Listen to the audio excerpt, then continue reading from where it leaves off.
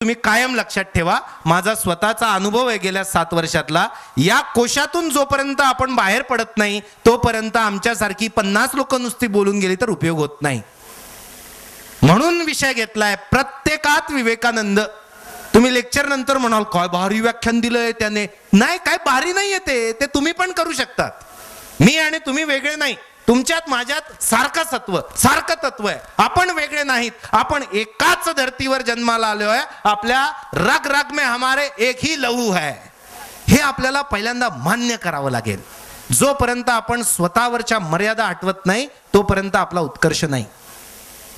म्हणून माझ्यात सर्व क्षमता आहे. मी जर ठरवलं तर मी जगातली प्रत्येक गोष्ट करू शकतो. मी ही शपथ घेतली माझ्या आयुष्यात, कारण मला तो जाणीव झालेली आहे विवेकानंदांकडून. मी ठरवलं ना तर प्रत्येक गोष्ट जी चांगली ती करू शकतो. मला अशक्य असं काहीच नाही. 12वी पर्यंत अशा स्टेजच्या आजूबाजूला सुद्धा जायचो नाही मी. वर तर चढणं सोडून द्या, कारण इथे उभं राहिलं तर काय होतं, डॉक्टर साहेब कोणतरी काम सांगतं इकडे ये, म्हणजे स्टेजवर जावं लागतं. जायचंच नाही, हात पण नाही लावायचा 12वी पर्यंत. आणि 8-9 वर्षात असं काही झालं की आता मी किमान 5-10-15 हजार लोकांसमोर बोललं तर मला जरा जेवण चांगलं जातं. ते होतं, मी करू शकतो. मी प्रत्येक गोष्ट करू शकतो. एखाद्याने म्हटलं अरे तू फार चांगलं बोलतो, लोकही तुझ्या आजूबाजूला चांगले येतात, तू कामही चांगलं करतो, तू यार पंतप्रधान व्हायला पाहिजे. अरे पंतप्रधान कसं होणार आपण, काय पण काय बोलतोय, मजा घेताय का? का नाही, का नाही, का म्हणतो आपण आपल्या आयुष्याला, का नाही करू शकत? किती उदाहरणं आहेत अशी की जी आधी काहीच नव्हती, मात्र त्यांना स्वतःचं स्वत्व समजलं, त्यांना स्वतःचा जन्म का झालाय ते समजलं आणि मग त्यांनी झोकून दिलं. आज आपण महान म्हणतो. म्हणून पहिलं विवेकानंदांनी सांगितलंय, मी काहीच बोलत नाही आज. विवेकानंदांनी सांगितलंय तुमच्या प्रत्येकात प्रत्येक क्षमता लपल्या आहेत. तुमची भूमिका काय आणि तुम्ही का जन्माला आलात आणि तुम्हाला काय करून दाखवायचं हे फक्त जाणीवेचा भाग आता पहिल्यांदा निवडा. जाणवून द्या. स्वतःतलं ईश्वराचं तत्व आणि सत्व समजून घेणं याला अध्यात्म म्हणतात. मला समजायचंच नाही. अनेक लोक आपल्याला सांगतात की नाही भारताला अध्यात्माची परंपरा आहे. मला प्रश्न पडला म्हणजे काय? मला ही वाईट सवय आहे. समजून घ्यायला पाहिजे. आपल्याकडे समजून कमी घेतलं जातं. वाह क्या बात है. कोणी उर्दू शेर म्हटला रे, म्हटला जोरदार, मैं अकेला ही चला था जानिबे मंजिलेवर. अरे क्या बात है. आपण विचारो म्हणजे काय ते नाही माहित, पण क्या बात है. समजतंय? मी समजून घेतलं. अध्यात्म म्हणजे आपल्यात असलेल्या शक्तीचा साक्षात्कार, जाणीव आणि त्याचा विकास. हे होण्यासाठी युवा हृदय संमेलन आहे. पहिली गोष्ट, आपण ग्रेट आहोत आणि याच्यामध्ये ओव्हर कॉन्फिडन्स नाहीये बरं का.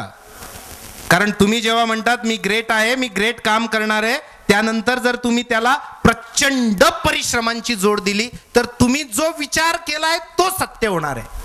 तुम्हाला नंतर विश्वास बसणार नाही कसं झालं. मी काल रात्री गाडीतून येताना आज विचार करत होतो की असा मंडप असेल, 2-4 हजार लोक बसलेले असतील आणि मी तिथे बोलत असेल आणि सगळे एकाग्रतेने ऐकत असतील, कुठेच काही गडबड नसेल, मला सुद्धा प्रचंड आनंद वाटेल आणि खूप भरत्या मनाने, खूप उत्साहाने, आनंदाने मी इकडून परत येणार. हाच विचार मी मनात केलाय. 4-5 हजार लोक असतील, आपलं कसं व्हायचं? दुसऱ्या भागातली कराड, सांगली, सातारा, आपण खानदेशातली ग्रामीण आदिवासी. आमचा भाग मागे का माहिती आहे, आम्हाला समाज सुधारकच नाही मिळालेत ना. तुम्ही बघा, इतिहास बघा, मी सगळा अभ्यास केला. कोणता भाग का मागे जातो? जमिनीमुळे भाग कधीच पुढे जात नाही, माणसांमुळे भाग पुढे जातो. आमच्याकडे माणसंच उभारली नाही तेवढ्या ताकदीची आणि टिकली नाहीत. मग काय करायचं? मग काय करायचं? आरोड्या मारायच्या, बोमा मारत बसायचं, रडत बसायचं नाही. आता माणूस म्हणून उभारायचं हा पर्याय मी निवडलाय. आणि म्हणून फुल टाइम विवेकानंद म्हणून काम चाललेलं आहे. पूर्ण वेळ विवेकानंद. माझं काम काय? मी पूर्ण वेळ विवेकानंद आहे. हो, कारण 150 वर्षानंतर जेव्हा खानदेशातून या शिवमच्या कार्यक्रमात एखादा माणूस आमचा येईल तिकडचा, तर तो किमान त्यावेळेस ही खंत नाही म्हणणार की आमच्या भागात माणसंच तशी जन्माला आली नाहीत. त्यासाठी स्वतःपासून सुरू केलंय. विवेकानंदांनी म्हटलंय सर्व जबाबदारी स्वतःच्या खांद्यावर घ्या. बंद करा आता रडणं, बंद करा तुमची वायफळ बडबड, आता काम करा, रात्रंदिवस काम करा, सर्व जबाबदारी स्वतःच्या खांद्यावर घ्या आणि जाणून असा प्रत्येक गोष्ट करण्याची क्षमता तुमच्यात आहे. एक दिवस नक्की तुमचा असेल रडणं बंद आणि बडबड बंद, असं विवेकानंद म्हणतात. स्पष्ट मला त्याचा पूर्ण अर्थ समजतोय आणि मी तो जगतोय. एक दिवस आपला असेल त्याच्यासाठी सुरुवात करावी लागेल, माणूस म्हणून उभं राहावं लागेल. मला कधीच भीती नाही वाटली. मी बारामतीला जाधव साहेबांकडे आलो होतो, तर बारामतीचं बातम्या सांगायला गरज नाही, खूप विकसित झालेला भाग आहे. कधी भीतीच वाटत नाही कशाची, म्हणून मी विवेकानंद आहे. तुम्हाला विवेकानंदांचा सुपुत्र म्हणून घ्यायला आवडेल का? हो, आवडेल का? आवाज का निघत नाही लवकर माहिती आहे? टाळ्यांच्या आवाजालाही वारंवार टोचावं का लागतं? तुम्हालाही माहिती आहे का की तुमच्याकडे बैलगाडा असतं ना, बैल पुढे असतात, गाडं मागे असतं, बरोबर? मुंबईत असं सांगावं लागतं लेक्चरमध्ये. आणि तो बैलवान जो गाडीवान जो चालवत असतो, ते बैल लवकर लवकर चालण्यासाठी काय करतो, तो त्याच्या हातात काहीतरी असतं. नाही रे, चाबूक घोड्यावाल्याला असतो. हा, नाही, आमच्याकडे त्याला आर म्हणतात. आर म्हणजे काय, एक काठी असते आणि त्या काठीला समोरून खिळा उलटा असा लावलेला असतो. तुमच्याकडे काय म्हणतात त्याला? हा, आमच्याकडे त्याला आर म्हणतात. ठीक आहे, आर टोचणे म्हणजे ते बैल चालत असतं आणि ते बैलाप्रमाणेच ना जरा ते काही वेळ चालल्यानंतर मग जरा असंच होत राहतं. ठीक आहे, आणि मग तो गाडीवानला समजतंय की थंड झालंय, मंद झालंय, आळशी झालंय. ते त्याला आमच्या भागातल्या शिव्या वेगळ्या आहेत, तुमच्या भागातल्या वेगळ्या असतील, एवढंच. आमच्या भागातल्या सांगतो असं करून टोचून देतात. ठीक आहे, असं काही केलं. खानदेशातून कोण आलंय? बरोबर आहे ना? तर असं करून आर टोचलं की ते बैल जोरात उधळतं एकदम आणि पळायला लागतंय. पुन्हा 5-10 मिनिटं गेल्यानंतर ते पुन्हा थंड होतंय, शांत होतंय, पुन्हा आर टोचावं लागतंय.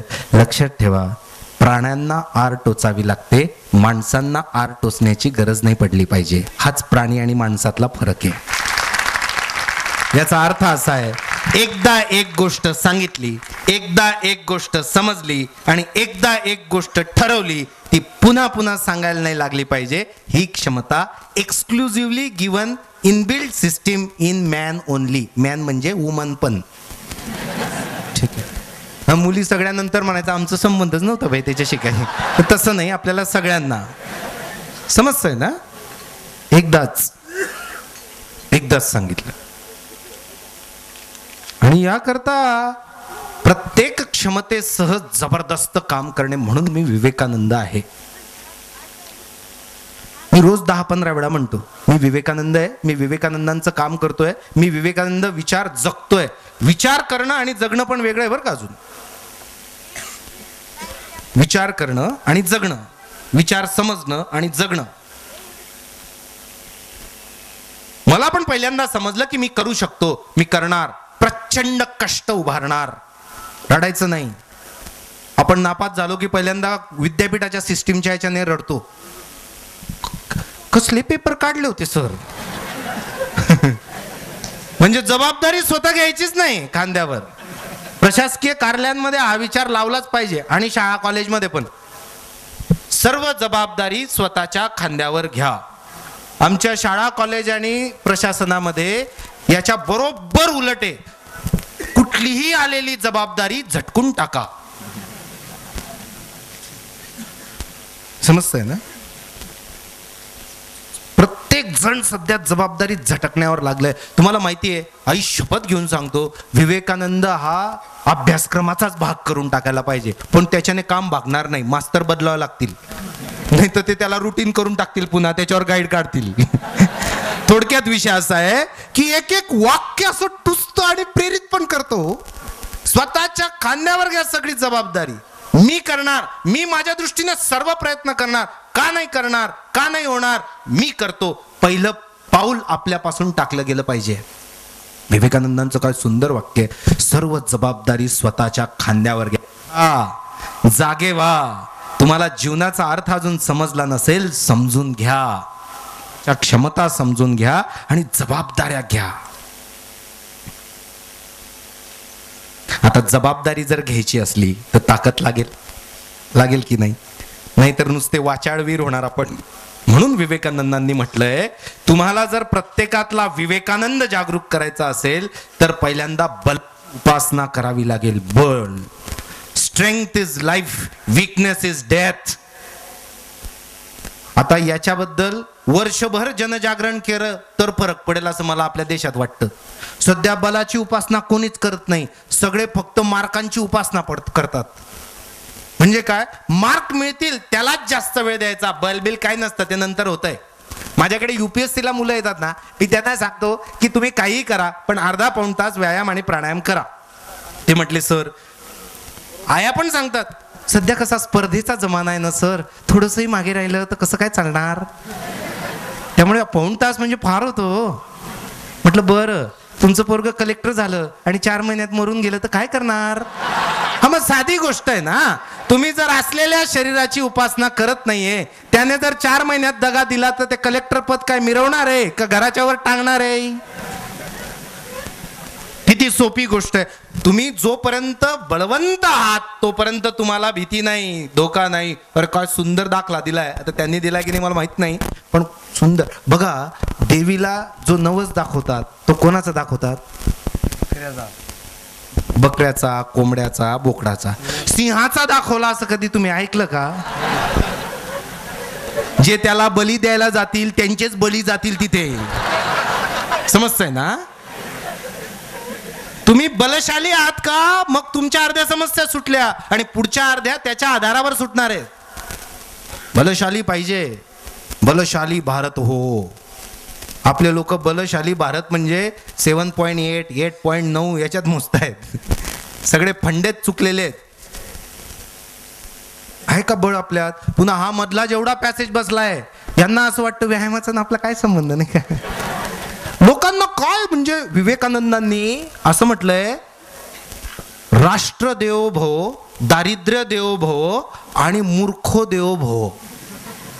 आपल्या देशात इतके मूर्ख लोक आहे, मी खरं सांगतो, ते चुकीचे नाही, त्यांना फक्त जाणवलं नाही अजून. लोकांना काय वाटतं, जाडचं बारीक व्हायला व्यायाम लागतो. म्हटला काय वेडे लोक आहे आपल्या देशात. शरीर आणि मनाची साधना, त्याचं संवर्धन ज्याला येत नाही तो काय समाज आणि देश हे करेल मला सांगा? हे विवेकानंदांनी सांगितलंय.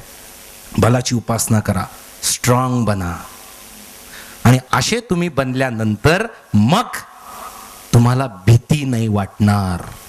हा पूर्ण 2-3 तासाचा एक विषय, मी तुम्हाला 5-10 मिनिटात सांगतो. भीती, हे वाजवताना भीती वाटते तुला? नाही वाटत, म्हणून तो चांगला वाजवू शकतो.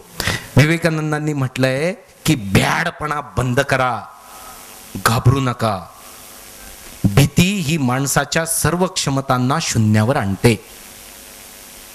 बघा तुम्ही आपल्या दैनंदिन जीवनामध्ये किती गोष्टींमधली सुरुवात आपण भीतीने करतो. सोन्याची अंगठी घालून जातोय, सांभाळून पडायला नको.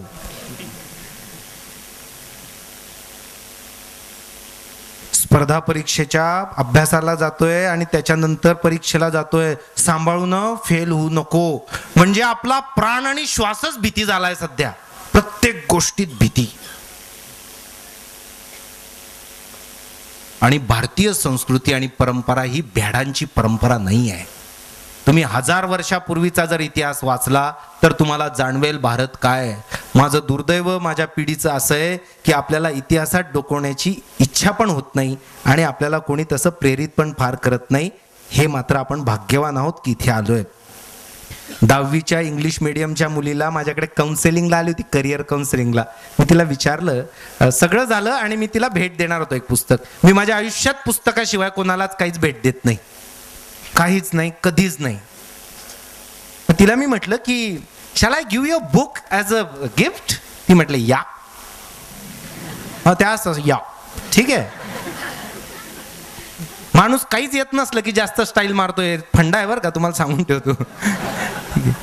तर कारण आपली संस्कृती ही दिसण्याची नाही संस्कृती, आपली असण्याची संस्कृती आहे. ठीक आहे, हे तुम्ही लक्षात ठेवा. आपण एक एक विषय घेऊ. तर ती म्हटली या. आता मला इंग्लिश माहिती आहे कारण माझं इंग्लिशमध्ये झालेलं आहे PG, म्हणून मला ते समजलं. आता कोणाला आपल्याला या म्हटलं तर मी म्हटलं कुठे यायचं. मग तिला म्हटलं डू यू नो, कारण मी शहरातल्या लोकांपासून सांभाळून राहतो बऱ्यापैकी, ते काय ॲटम बॉम्ब टाकतील सांगता येत नाही. म्हटलं मला तिला विवेकानंदांचं इंग्लिशमधलं पुस्तक द्यायचं होतं देशमुख साहेब, कारण माझ्याकडे इंग्लिशचे पुस्तक खपतच नाहीत. जे येतं ते आपलं मराठी रांगडं, द्या की हो घ्या की हो. इंग्लिश द्यावं तर म्हटलं नाही की हो. मग म्हटलं बार मस्त सापडली पोरगी, इंग्लिश पुस्तक खापणार आपलं. तिला म्हटलं पण विचारून घेतलं, do you know Swami Vivekananda. ताईने दिलेलं उत्तर आहे का, या आय हॅव हर्ड वन्स. म्हटलं उपकार झाले त्याच्यावर, एकदा ऐकलंय म्हणे मी त्याच्याबद्दल. That person no in saffron clothes वगैरे, म्हणजे ते केशरी कपडे घालून फिरतोय बा ते तसं माणूस. आपली अवनीती का झाली माहितीये का. माझा आता शिक्षणातला बऱ्यापैकी 8-10 7-8 अनुभव सांगतो. तो 27 वर्षात यावा तेवढा मला लवकर आलाय कारण आपल्यावर विवेकानंदांची कृपा आहे. ठीक आहे, धर्म, शिक्षण, अध्यात्म, राष्ट्रप्रेम आणि सामाजिक जबाबदारी ह्या सगळ्या एकच गोष्टी आहेत. हा, हे मी 5 वेगळे विषय सांगितले तुम्हाला. हे 5 वेगळे विषय नाहीये, हे सगळा एकच विषय आहे. आपल्या हुशारांनी हे 5ही वेगवेगळे करून टाकलेले आहेत. म्हणजे जे शिकतात त्यांचा धर्माशी काही संबंध नाही, त्यांचा अध्यात्माशी काही संबंध नाही, जे फारच श्रीमंत होतात त्यांचा याच्याशी संबंध नाही, असं तुटून गेलंय सगळं. धर्माचा बॅकअप ज्या शिक्षणातून निघतो त्या धर्मातली पुढची पिढी ही नष्ट होते. ह्या बाईला माहितीच नाही. आपल्याला आपले पूर्वज माहित नाही.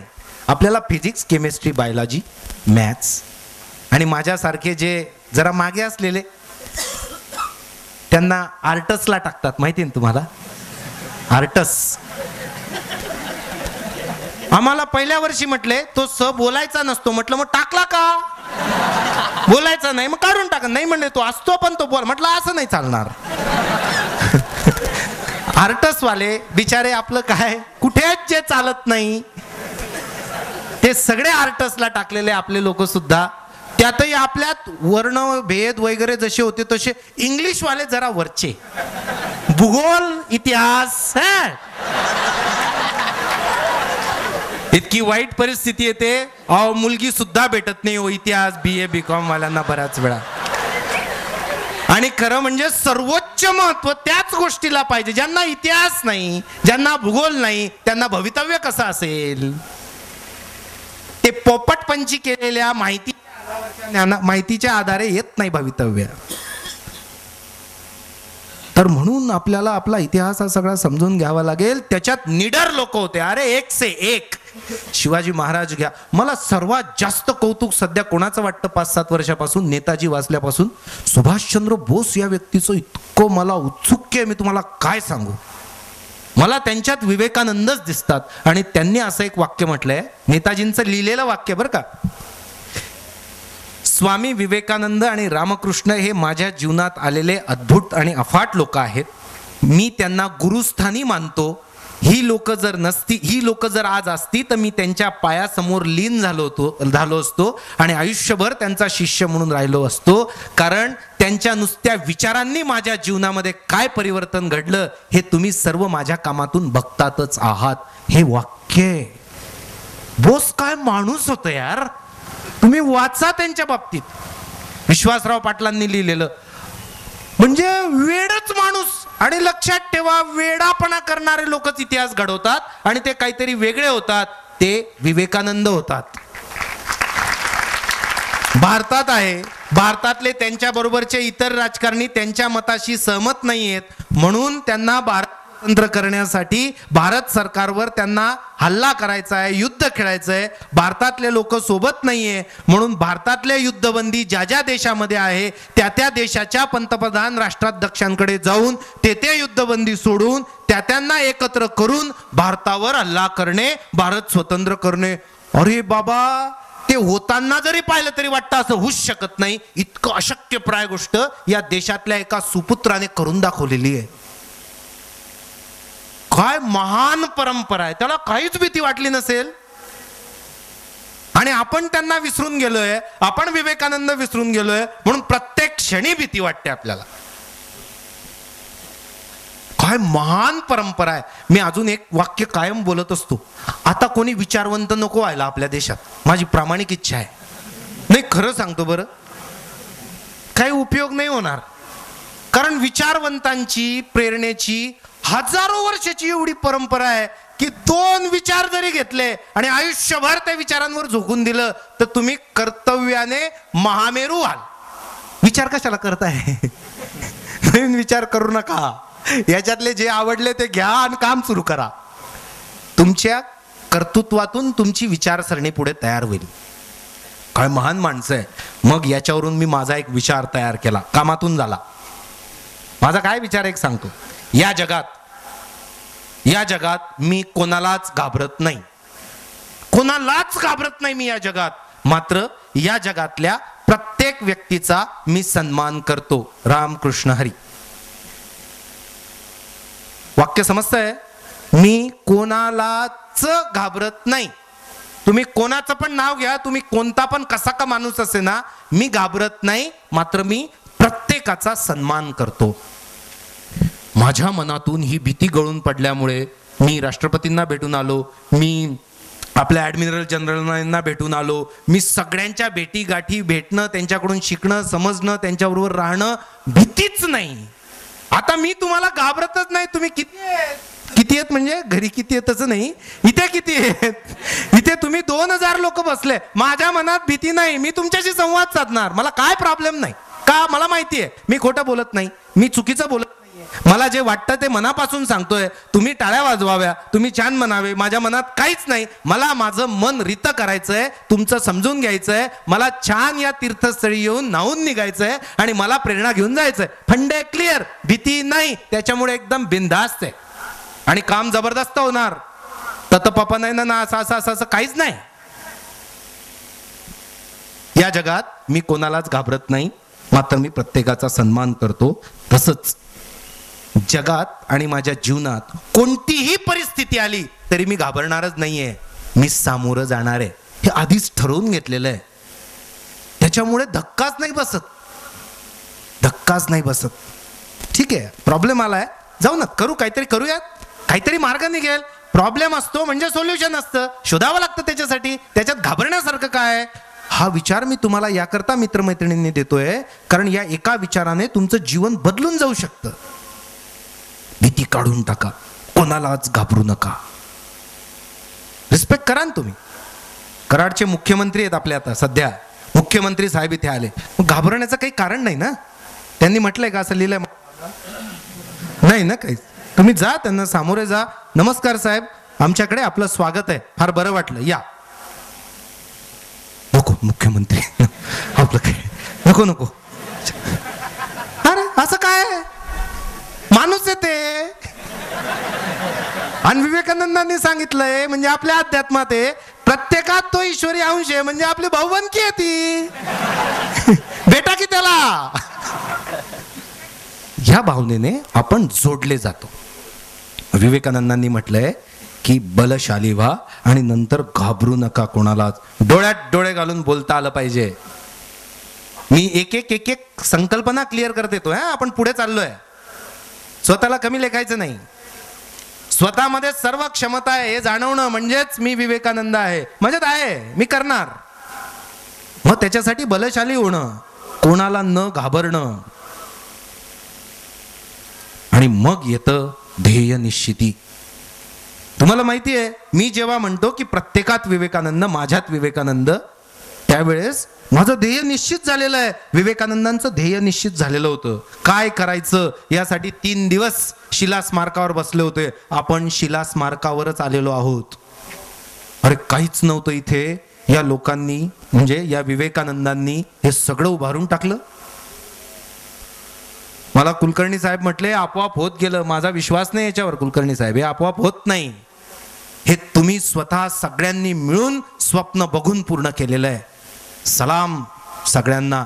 ते मंदिर ज्यांनी, ते धुळोबाचं मंदिर ज्यांनी बांधलं त्यांच्यापासून, तर ज्यांनी मुलगा गेला आपल्यातून पण त्याची स्मृती जिवंत राहावी म्हणून त्यांनी हे मंडपम बांधून दिलं, त्या सगळ्यांपासून प्रत्येक हातला त्या सगळ्यांना सलाम. अरे हे हात नसते, हे विवेकानंद नसते, तर असे भावी विवेकानंद एका ठिकाणी एवढे जमले नसते. प्रचंड मोठं स्वप्न, कारण सगळी ताकद इथे असल्यामुळे प्रचंड मोठं स्वप्न बघून मग ध्येय निश्चिती करावी. म्हणून विवेकानंद म्हणतात, arise awake stop not till the goal is rest. उठा, जागे व्हा, खडबडून जागे व्हा, आणि जोपर्यंत तुमचं ध्येय प्राप्त होत नाही तो थांबू नका, तोपर्यंत थकू नका, तोपर्यंत गळून पडू नका. जोपर्यंत तुम्ही चैतन्याने मुसमुसलेले आहात, जोपर्यंत तुम्ही विचारांनी तरुण आहात, जोपर्यंत तुमच्याकडे बलशाली दंड मनाने सामर्थ्य आहेत, लोखंडाचे बाहू आहेत, तोपर्यंत काम करा, प्रचंड काम करा, थांबू नका, जोपर्यंत ध्येय तुम्हाला प्राप्त होत नाही. आहे ध्येय आपल्याला. मी फिरतोय तरुणाईशी बोलत बोलत, शेकडो लोक असं काम करतात महाराष्ट्रात, एकच की आपलं ध्येय आपल्याला उमगण्यासाठी आपण दुसऱ्याला विचारतो मी काय करू. माझ्याकडे विचारणारे काय येतात की आता आम्ही ग्रॅज्युएट झालो, मग आता आम्ही काय करू. ध्येय कोणाचं आहे? तुमचं. जीवन कोणाचं? तुमचं. मग मी कसं काय सांगू तुम्ही काय करायचं ते. आपल्याला आपलं ध्येय उमजलं पाहिजे. त्या उमजण्यासाठी म्हणून असे युवा हृदय संमेलन असतात. आपल्याला क्लिक झालं पाहिजे. ते कोणाला नाही आवडलं चालेल. लोकांच्या आवडण्यासाठी करिअर नसतं, लोकांच्या आवडण्यासाठी ध्येय नसतं. आणि सर्वात महत्वाचं सांगतोय, जे प्रचंड गरज आहे सांगायची, स्वतःचं पोट पाणी भरण्यासाठी जीवन नसतं. 90% भारताची, 90 नाही हो, 97% भारताची हीच मानसिकता आहे. शिक्षण कशासाठी? तर पैसे मिळण्यासाठी. साधी गोष्ट आहे. आणि खेड्यातल्या माणसाला न शिकलेला विचारा, तो सांगेल तुम्हाला का बा शिकता का ब? शहाणं होण्यासाठी. ते बरोबर सांगताय. शिक्षण हे शहाणं होण्यासाठी घ्यायचं असतं. आपल्या सगळ्या नव्या पिढीने पाश्चात्यांचं अंधानुकरण करून शिक्षण हे पैसे कमवण्याचं साधन आहे, पैसे हे वस्तू घेण्याचं साधन आहे, वस्तू हे मजा मारण्याचं साधन आहे, आणि मजा मारल्यानंतर फ्रस्ट्रेशन झाल्यानंतर पुन्हा देवदेव करायला आपण मोकळे आहोत. मी तुम्हाला एक खूप अर्थपूर्ण गोष्ट सांगतोय. तुम्ही विचारा ना, तुमच्या आईवडिलांनाच विचारा की तुम्ही काय करतात. ते सांगतील आम्ही कामाला जातो. मग काय करतात? मग आम्ही परत येतो. मग काय करतात? दुसऱ्या दिवशी पुन्हा कामाला जातो. मग काय करतात? महिन्यानंतर पगार भेटतो. मग काय करतात? आमचं ठरलंय कोणाला किती किती किती किती पैसे द्यायचे आणि पुन्हा शिल्लक किती ठेवायची. बरं, त्याच्यासाठी स्वतःच्या उद्धारासाठी काही तसं काही नाही. चाललंय व्यवस्थित, झालंय सेटल. सेटल माणसांचे जास्त प्रॉब्लेम आहे, त्यांना समजत नाही आपण फार मोठा प्रॉब्लेम आहे. ठीक आहे, म्हणजे प्रॉब्लेम आहे हेच समजत नाही. हा केवढा मोठा प्रॉब्लेम आहे. याला म्हणतात अज्ञानात सुख असणं. प्रॉब्लेमच नाही काही. बरं, मग ते पैसे आले त्याचं काय करायचं? काय नाही, वस्तू घ्यायचं. समजा पगार वाढला तर काय करतात आपल्याकडे? वस्तू घेतात ना. सरळ सरळ गोष्ट आहे. छोटा टीव्ही असेल तर काय घेतात? मोठा टीव्ही घेतात. मोठा टीव्ही असेल तर काय घेतात? चिप्पट टीव्ही घेतात. चिप्पट टीव्ही माहिती आहे? आम्ही गावाशिवाची माणसं त्याला काय म्हणतात? ते LCD. बरोबर. म्हणजे काय? ते नाही, ते नाही, LCD असतं. एका आमच्या मास्तरने सांगितलं मला, म्हटलं का बे काव सर हे काय असतं LCD? सांगता नाही आलं, पण मी सांगतो म्हणे सर काय असतं ते. असा एक टीव्ही राहते म्हणे सर, असा चिप्पट राहते, भीतासारखाच राहते. त्याच्यातून जे बी दिसते ते असं बाहेर यू यू करते म्हणे सर. इतके अज्ञानी आणि इतके म्हणजे मूर्ख लोकांचा बाजार आहे. कारण शिक्षण हे शिकण्यासाठी कोणी घेतलंच नाहीये, समजण्यासाठी. समजण्याचा काय संबंध आहे शिक्षणामध्ये? काही संबंध नाहीये. वस्तू घेण्यासाठी जगतोय. छोटा मोबाईल असेल तर मोठा, मोठा असेल तर पुन्हा त्याच्यात चिप्पट निघालाय. सगळं चिप्पट करत जा, भव्यता वगैरे काहीच नाही, छोट छोट काय करायचं ते करत जा. काय लावलंय आणि त्याला सगळे वेड्यासारखे. We are emotionally mad people. विवेकानंदांनी सांगितलंय की मेंढरे कोणी एकाने घेतला की सगळ्याच्या सगळे चाललं तिकडे. कुठे चाललं काय माहित नाही, ते चाललं पुढे. कुठे चाललं माहित नाही, चाललं पुढे. काय बावळटपणा, कोणालाच समजत नाही काय चाललंय. का घेतलं माहित नाही, त्याने घेतलं. अहो देशमुख साहेब, लोक घरं सुद्धा